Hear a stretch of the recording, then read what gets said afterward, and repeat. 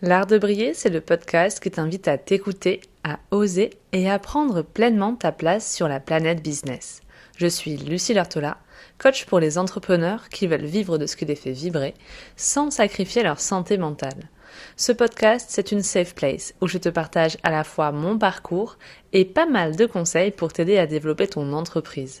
Que je parle de mes joies, de mes problèmes ou de tes problématiques, l'objectif c'est avant tout que l'on passe un bon moment ensemble. Aujourd'hui, dans l'Art de briller, je vais parler de certains problèmes que peut-être vous n'avez pas. Et je suis désolée pour vous, mais je viens de rencontrer des personnes qui avaient ce problème.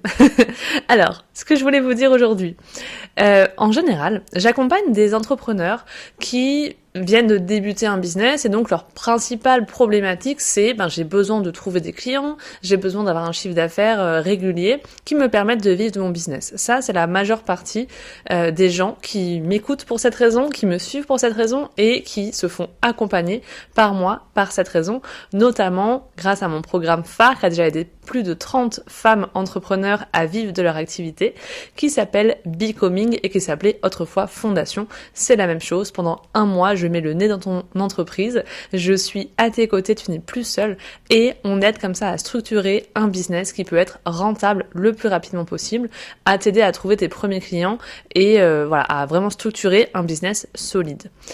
Mais parfois, il y a d'autres types de problématiques. Et donc, je vais t'expliquer l'histoire d'une de mes dernières clientes, que je ne citerai pas, évidemment, pour garantir l'anonymat. Mais cette cliente, en fait, elle s'est lancée un pari un petit peu fou. Elle avait une passion.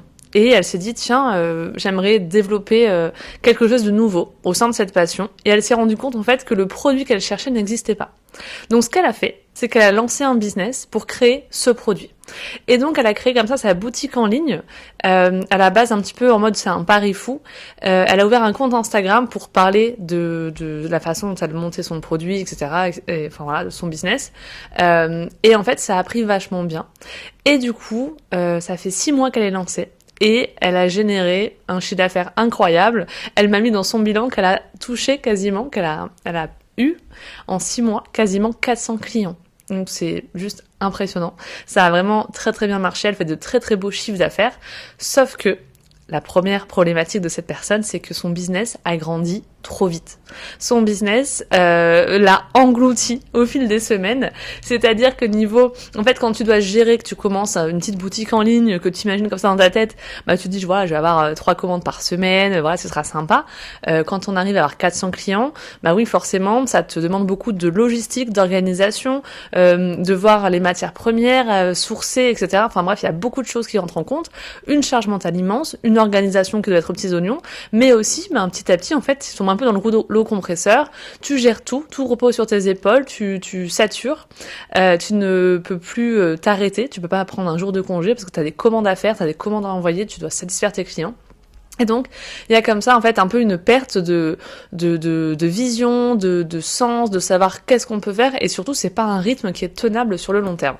Donc, peut-être que ce n'est pas ton cas aujourd'hui. Peut-être que ton business n'a pas grandi trop vite, mais tu as quand même cliqué sur cet épisode, donc je vais quand même t'apprendre des choses au passage. L'idée ici, c'est ce qu'on va se demander, c'est quand tu commences à avoir un chiffre d'affaires un petit peu confortable, un petit peu régulier, il y a souvent des problématiques qui viennent là-dedans s'ajouter, donc je vais parler de ça aujourd'hui. Et ensuite, comment est-ce qu'on peut les résoudre? Et donc cette personne a fait appel à moi pour que je l'aide à résoudre ces problématiques, mais du coup, on va voir ensemble dans cet épisode comment est-ce qu'on peut faire quand notre business commence à grandir, que on a peut-être besoin de commencer à organiser des choses différemment, qu'on perd un peu des fois la vision, qu'on sait plus trop par quel bout prendre les choses parce que nos objectifs ont été atteints. Où est-ce qu'on va maintenant? Et surtout cette histoire de structuration et de comment se structurer, comment continuer à grandir quand on est complètement sous l'eau finalement. C'est un peu bizarre dit comme ça, ouais. Bref, donc c'est quoi les problématiques quand le business commence à grandir? La première, donc je vais prendre l'exemple de cette cliente au passage, c'est la perte de vision, la perte de sens. Quand tu as lancé ton business, tu avais certainement un espèce d'objectif de chiffre d'affaires, tu avais un objectif d'impact, tu avais un objectif d'accomplir quelque chose. Je veux trouver des clientes qui me ressemblent, je veux trouver des clientes que je vais aider, etc. Je veux générer un certain chiffre d'affaires par mois. Et puis quand tu as atteint ce truc-là, du coup tu dis ok, je vais où maintenant ? Et donc tu peux perdre un petit peu ton sens, tu peux perdre un petit peu quelle est l'étape suivante. Et là ça peut aller dans plein de directions. Parce que tu vas peut-être être en fait, et c'est ce qui se passe pour cette personne, entravé entre réfléchir à une vision quand tu pars de zéro, c'est facile. Réfléchir à une vision suivante qui est un plongeon complet dans l'inconnu alors que tu as déjà une charge mentale de malade, que tu fais déjà des semaines de 60 heures et que tu cours partout, tu peux peut-être te limiter. Tu vas pas dire je vais m'exporter à l'international, ce sera génial, etc. parce que tu es clairement sous l'eau aujourd'hui. Donc ça peut vraiment te limiter. Donc en fait, l'idée c'est de pour moi, en tout cas, ça va être d'aller chercher la vraie vision, d'aller chercher le vrai sens, le vrai impact que tu veux avoir. Et à partir de là, on va construire autour. À partir de là, on va régler le problème qui t'empêche d'atteindre cette vision. Donc, c'est-à-dire, si tu as envie de t'exporter à l'international, parce que ou dans toute la France ou j'en sais rien, enfin bref, de faire un truc plus grand mais que tu te sens pas les épaules, moi mon but c'est de te donner les épaules pour te dire ça va être possible, et donc de partir de ton cœur. Mais du coup pourquoi je mets ça en premier, c'est vraiment ça, c'est se dire en fait, peu importe tout ce qui va se passer après, la première étape c'est de reclarifier quels sont tes objectifs, où est-ce que tu as vraiment envie d'aller.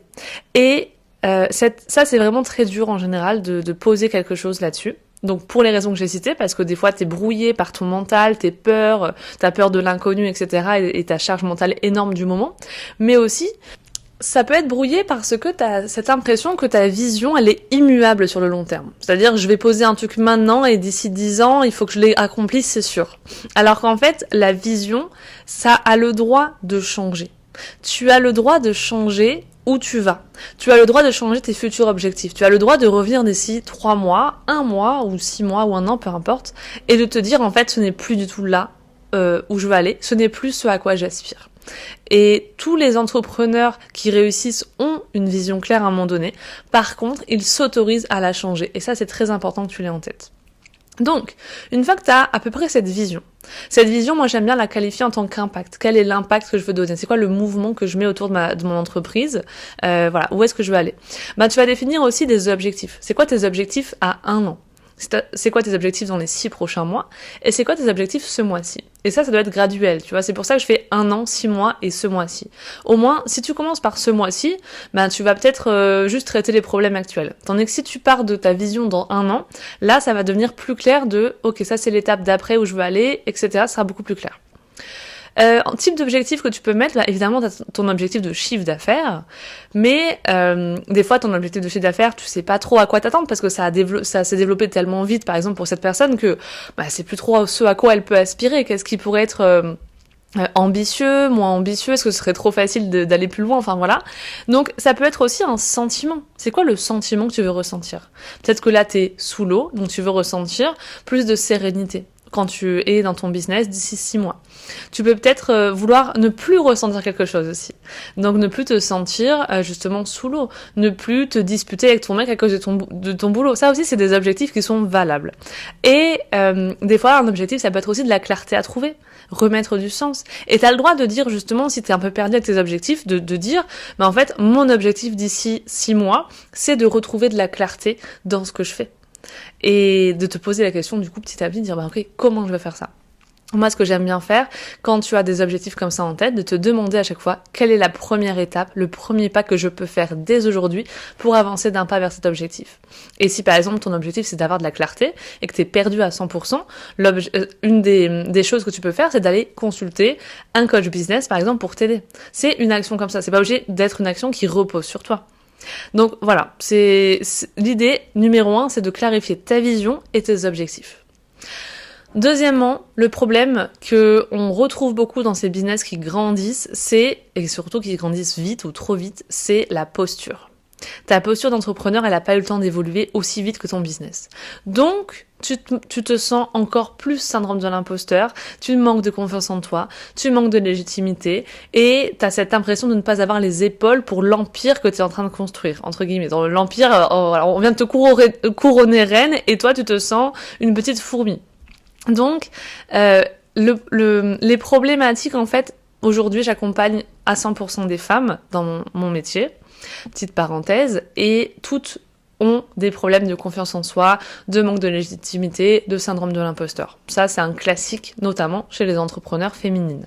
Mais je pense que les problématiques de confiance en soi et de manque de confiance, ils explosent encore plus. Elles jaillissent vraiment, quand ton business grandit vite. Parce que, en fait, d'un coup, comme on dit, petit enfant, petit problème, et grand enfant, grand problème. Mais quand ton business, il est petit, t'as un petit manque de confiance en toi. Mais quand ton business, il devient immense, d'un coup, il y a des choses les problèmes sont x10 aussi. Donc, ton problème de ouh là là, je sais plus où aller, mon mindset est négatif, ça a un impact énorme. Donc, la problématique que tu as, c'est vraiment de prendre confiance dans ta posture d'entrepreneur, prendre confiance dans l'idée que tu as les rênes de ton business et que, en fait, ce qu'il faut chercher à faire, c'est là, ton business, il est en train de manager ta vie en général. Il est en train de te dire quand est-ce que tu as le droit d'arrêter de travailler, quand est-ce que tu as le droit de t'arrêter le week-end ou de prendre des vacances, etc. Tandis que c'est lui qui te contrôle. Alors qu'un chef d'entreprise est quand même qui a une posture d'entrepreneur qui est saine, on va dire, qui est dans le pouvoir positif. Il va lui contrôler son business. Donc en fait c'est de reprendre les rênes et de plus laisser les rênes à ton business, de reprendre toi les rênes grâce à ta posture, grâce à ta confiance en toi, grâce à un mindset positif. Et du coup c'est pour ça que ce travail sur la clarté, les objectifs, la vision est très important juste avant. Et grâce à ça tu vas pouvoir comme ça te dire ok c'est quoi la suite, où est-ce que je vais maintenant, et donc de reprendre cette posture. Ça c'est pas évident quand tu es seul. Parce que t'es typiquement la tête dans le guidon en train de te noyer dans ton propre business. Donc t'as souvent besoin de quelqu'un qui te sorte la tête de l'eau et donc c'est ça que je travaille avec cette personne et voilà, c'est ça en règle générale que je travaille avec mes clientes qui se sentent un petit peu dépassées par l'ampleur de ce qu'elles ont construit. Donc, deux exercices que je propose aux personnes qui seraient dans ce cas-là et que tu peux faire dès maintenant, c'est faire une liste de tout ce que tu as accompli depuis le début. Ça t'aide à mettre en perspective toutes tes victoires, tout ce que tu as réussi à faire, etc. Voilà, par exemple pour cette personne, dans les 6 derniers mois, faire une liste vraiment de tout ce qu'elle a accompli et de se rendre compte à quel point elle gère, elle est capable et ce qu'elle a fait, c'est génial. Deuxième chose, célébrer tes victoires chaque semaine. Vraiment, prendre le temps de presser pause chaque semaine pour te demander si ce que tu as fait de bien et avoir comme ça un mindset qui est positif semaine après semaine. Et dernière chose, du coup, quand tu as clarifié à la fois ta vision et ta posture et tes objectifs, ce qui peut être intéressant, c'est de mettre un petit peu de clarté en apprenant à clarifier ton projet et le présenter. Tu peux t'entraîner à pitcher ton projet, à pitcher ton entreprise et à le présenter de vive voix chez toi pour commencer, pour te donner confiance dans ce que tu fais et pour te sentir un peu plus légitime dans ton travail. Au début ce sera dur, je te rassure que si tu le fais une fois par semaine pendant 2 mois, au bout d'un moment tu seras hyper calé et tu auras plus confiance en toi et en ce que tu proposes, en ton activité. Pourquoi je vous dis ça ? Certes, tu vas peut-être pas passer devant qui veut être mon associé là la semaine prochaine. Mais par contre, en fait, la problématique, quand toi, t'es dans une posture où tu te sens noyé par ton business, peu importe, en fait, tu n'arrives pas à voir la réalité de ce qui est. Et donc, les gens viennent et ont le chic pour venir te titiller à ce moment-là. Et par exemple, tes proches, quand tu te présentes, etc., vont te dire « Ah bon, t'as une petite boutique en ligne, toi ? Ah, et ton truc, ça fonctionne, j'espère ?» etc. Et du coup... ça va venir à chaque fois te titiller encore plus dans là où toi t'as une blessure et où tu te sens pas à 100% ok. Donc, plus tu te sens au clair sur ton projet, capable de le présenter de vive voix, et plus ça ne viendra plus t'atteindre et donc entacher ton mindset pour le reste de ta semaine. Donc troisième chose, troisième problème qui est un petit peu en lien, c'est finalement le manque de clarté. En général, t'es perdu. Tu sais plus ce que tu dois faire. Tu sais plus trop qui est ton client idéal, si tu dois pas le changer. Tu ne sais plus quel est ton business model. Tu ne sais plus où tu vas, etc.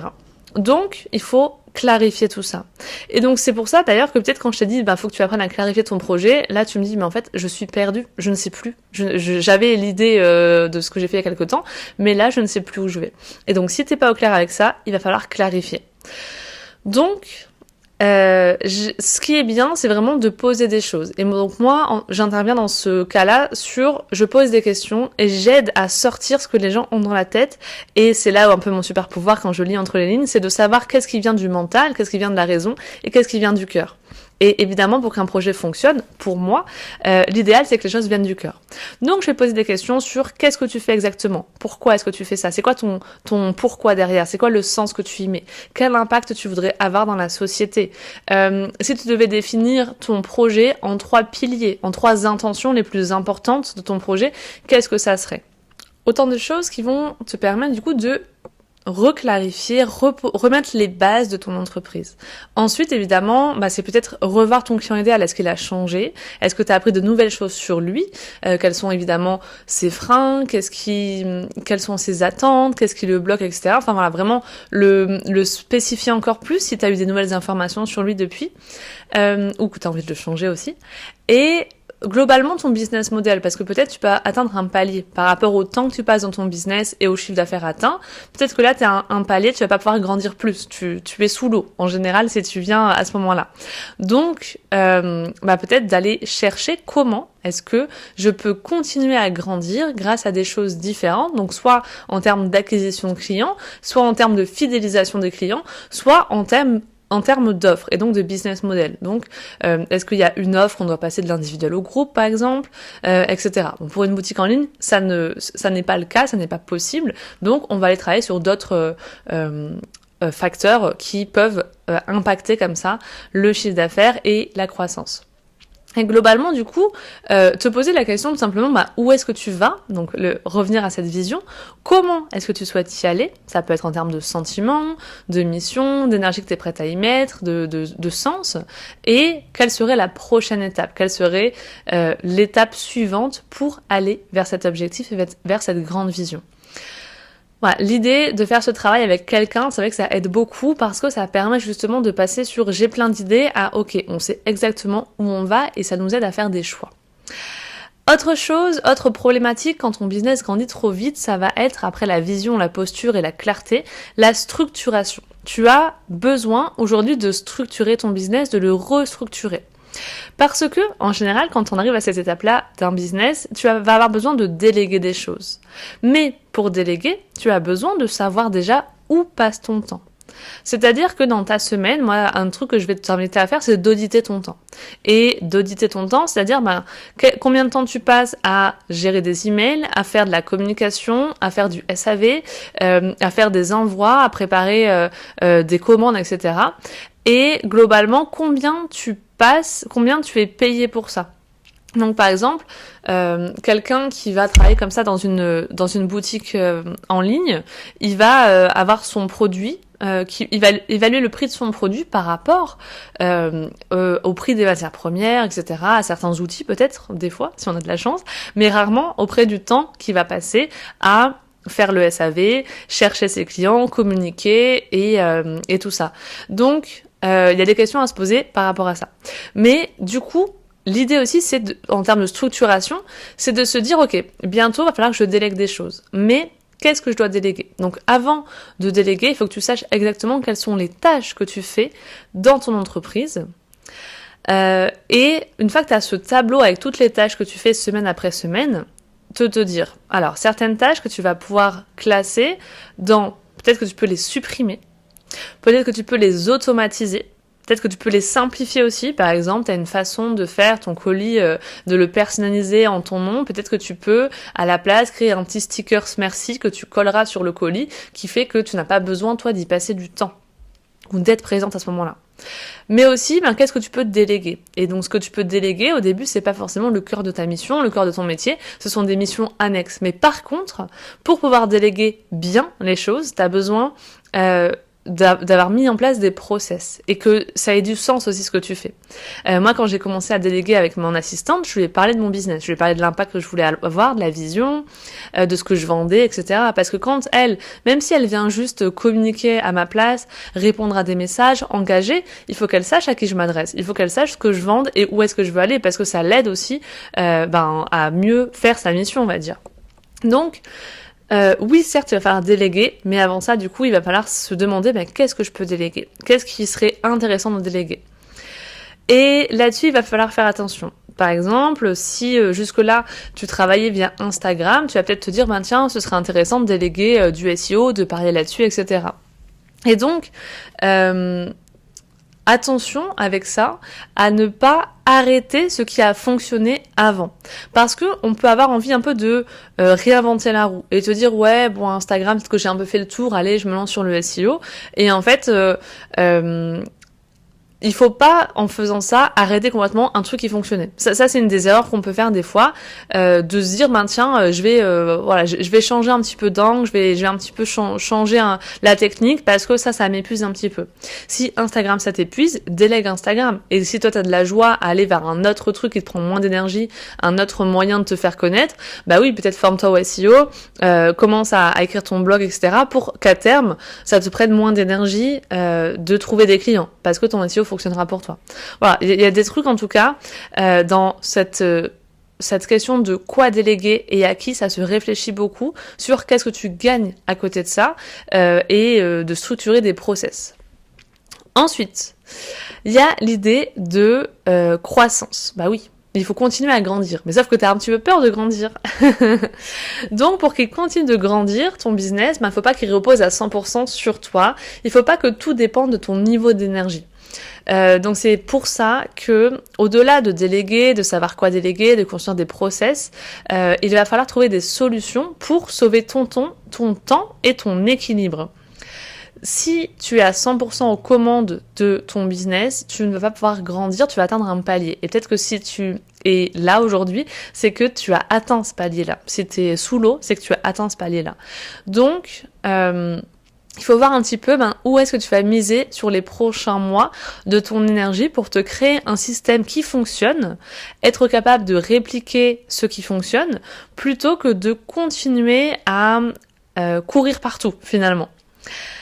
Une chose qui va être ultra importante, c'est finalement de te dégager du temps, te dégager quelque chose qui fonctionne sans ton énergie ou sans que tu y passes du temps. Et globalement, ce qui va avec la croissance, et je sais pas pourquoi je l'ai mis ici, mais pour moi c'est ultra important, c'est de commencer à organiser ton business, à construire ton avenir avec, en faisant de toi une priorité. Et pas de ta croissance une priorité. Donc en posant tes vacances, en posant tes jours de congé, en te disant voilà, moi j'ai envie de travailler tant d'heures par semaine, comment je vais faire en sorte que ce soit possible maintenant, en ayant un chiffre d'affaires qui soit quand même en croissance et en commençant à déléguer des choses. Donc, vous l'avez vu, ça passe par plein de choses différentes.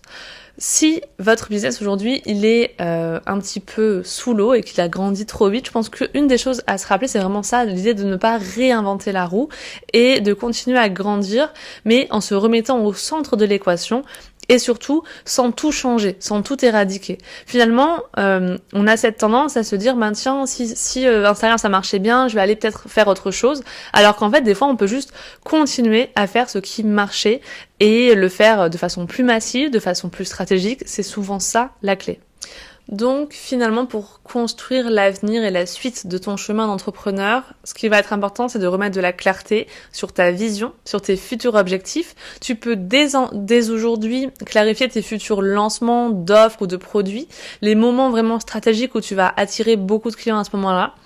Te demander tiens, comment je vais pouvoir continuer à me développer, à me faire connaître, notamment en termes d'acquisition client. Donc est-ce que je continue sur ce rythme-là sur Instagram? Est-ce que je fais aussi autre chose à côté? Est-ce que je délègue ça parce que moi j'ai plus le temps de m'y mettre ou j'ai plus la joie aussi de le faire? Ça c'est une raison suffisante pour déléguer aussi. Quelles seraient aussi tes stratégies de vente sur l'année? Est-ce que tu vas fonctionner sur des lancements masterclass, des lancements, des challenges, ou est-ce que par exemple pour une boutique en ligne tu vas surfer sur la fête des mères? Est-ce que tu sais que plutôt au mois de décembre tu vas faire un gros chiffre, donc tu vas privilégier ton énergie au mois de, je sais pas, octobre, tu vas prendre un mois de congé pour être prête au mois de décembre. Enfin, voilà, autant de choses en fait en termes de stratégie où tu vas finalement pouvoir comme ça te remettre aux commandes de ton business avec une route qui est stratégique et clarifiée face à toi, plutôt que de construire au petit bonheur, à tâtons, et de te laisser finalement envahir par les événements, plutôt que d'être dans justement la planification des événements. Désolée, j'avais oublié mon mot. Voilà, si ton business grandit trop vite, j'espère que cet épisode t'aura aidé. Si jamais tu as besoin d'aide pour continuer à grandir, sache que j'ai une place pour un accompagnement en juin et une en juillet. Donc tu peux m'écrire dès aujourd'hui et comme ça on verra ensemble comment t'aider à grandir si pour le moment tu as un tout petit bébé business et que tu viens seulement de te lancer et que tu as besoin de faire tes premiers milliers d'euros de chiffre d'affaires, et aussi comment te structurer si jamais ton business il grandit super vite, super fort, que tu as envie d'aller plus loin mais que tu te sens un petit peu sous l'eau. Je peux traiter ces deux problématiques. Merci pour vos écoutes sur le podcast L'Art de Briller qui sont de plus en plus nombreuses, ça réchauffe mon petit cœur, ça le remplit, vous le savez. Merci pour l'accueil que vous avez fait aussi à l'épisode avec Dorian Baker qui a été pas mal écouté, pas mal partagé, etc. Donc merci beaucoup. Évidemment, si le podcast L'Art de Briller vous plaît, vous pouvez vous abonner, le noter sur la plateforme d'écoute où vous êtes, ça aide à le rendre plus visible, mais vous pouvez aussi le partager en story sur Instagram en me taguant, ça me fait très plaisir d'avoir vos retours aussi, donc merci à ceux qui prennent le temps de faire ça. Je vous embrasse et je vous dis à la semaine prochaine.